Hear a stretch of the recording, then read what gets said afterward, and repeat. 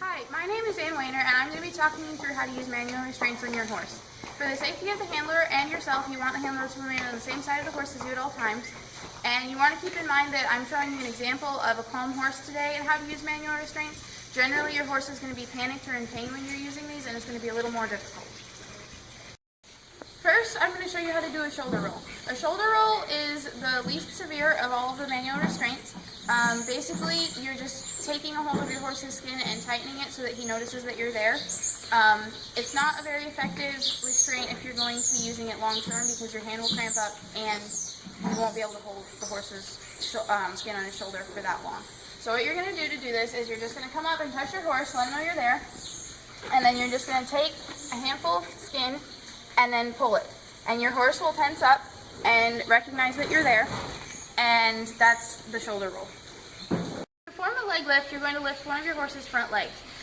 You want to lift only the front legs because if you lift the back leg, they can throw you if they kick out because you're just not going to be able to hold on to that leg for long enough. When you're picking up the front leg, you want to pick up either the opposite front leg or the front leg on the same side of the horse as the back leg you want to keep on the ground. Reasons for needing to keep the back leg on the ground is if you're cleaning a wound or clipping or you're doing something else where the horse's leg needs to stay down and he doesn't necessarily want it to stay on the ground. What you're going to do is you're going to just touch the horse's shoulder and then pick up his leg exactly like you would if you're picking up his hoof to clean out his feet, and then you're just going to hold it until you are done with whatever you're doing.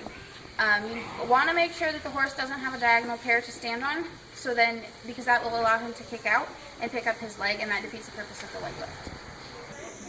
In order to use a chain shank, you're going to need a lead rope with a chain shank on it, and then what you're going to do is keep the handler holding the horse with a separate lead rope in case you need to let go of the chain for any reason. And you're going to take the chain and you're going to put it through this loop on the halter, and you're going to take the chain and wrap it around the noseband one time. Then on the opposite side, again, you want to put it through the loop and then clip it to the top buckle on the halter. And then you're going to just pull the chain down, and then you have a chain shank on your horse. This should be used if you need to keep the horse's head down or control the rest of his body, and it just kind of helps him focus a little bit longer. To do a lip chain, you're going to need, again, a lead rope with a shank on it, and then you're going to do the same idea as the chain shank, and you're just going to start on this side of the halter and go through the loop, and then you're going to come to the other side and then bring it up through that same loop on the other side and clip it with the clip out so that you can't cut your horse with the clip. And then what you're going to do is you're just going to bring the chain up, move the horse's lip up, and then slide it on to his lip. When you have a lip chain on, you want to make sure that you're pulling down rather than up, because the horse can raise its head and then you will be pulling just higher than the horse's head, and he'll soon get too tall for you. So you want to always be pulling down on the horse so that it's effective.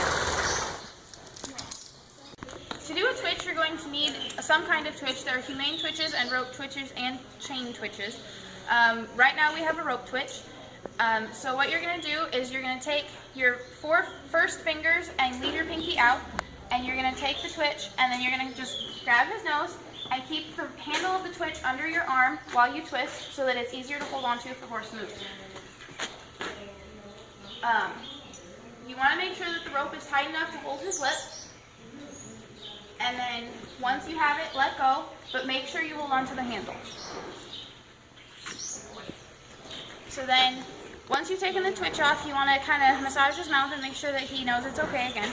And you don't ever want to leave a twitch on for more than about 10 minutes, otherwise it starts cutting off the blood flow to the lip, and it becomes, rather than numbing, it becomes more painful for the horse. So you don't want to ever use it to create pain, you only want to use it as a distraction. These are the 5 most common kinds of manual restraints that people are going to use.